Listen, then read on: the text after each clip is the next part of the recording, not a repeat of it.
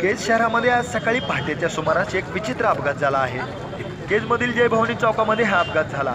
सकाळी 5:30च्या सुमारास धारूर मार्गे केजमध्ये आलेल्या ऊसाच्या ट्रकने एका टेम्पोत जोराची धडक दिली आहे। हा टेम्पो अंबाजोगाई मार्गे येत होता।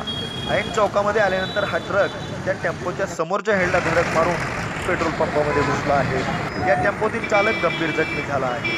टेम्पोचे मोठे नुकसान झाले असून टेम्पोला धडक मारून हा भरधाव ट्रक थांबला नाही, तर पंपाच्या समोरील मोठ्या नालीमध्ये हा ट्रक घुसला। तेव्हा ट्रकची चाकं नालीतच तुटून पडली, परंतु तरीही ट्रक थांबला नाही।